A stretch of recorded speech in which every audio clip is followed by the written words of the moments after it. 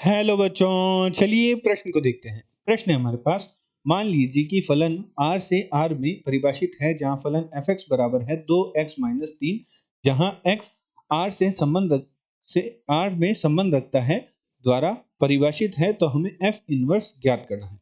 चलिए सर्वप्रथम हम प्रश्न के लिए मुख्य अवधारणा लिखते हैं।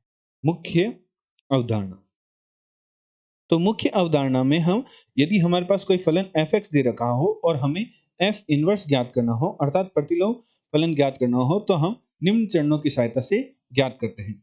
प्रथम चरण में जो हमारा फलन f(x) दे रखा है उसे हम y के बराबर रख देते हैं। द्वितीय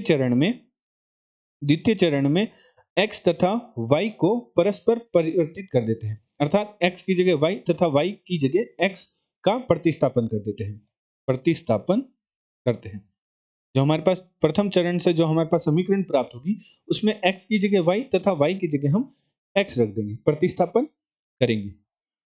करेंगे।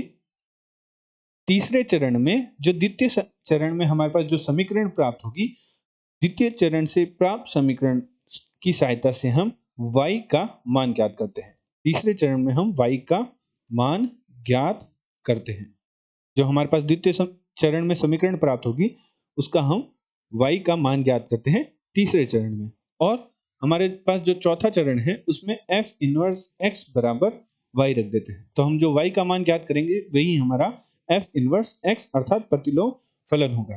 अतः प्रश्नानुसार प्रश्न में हमारे पास फलन दे रखा है f(x) बराबर 2x-3।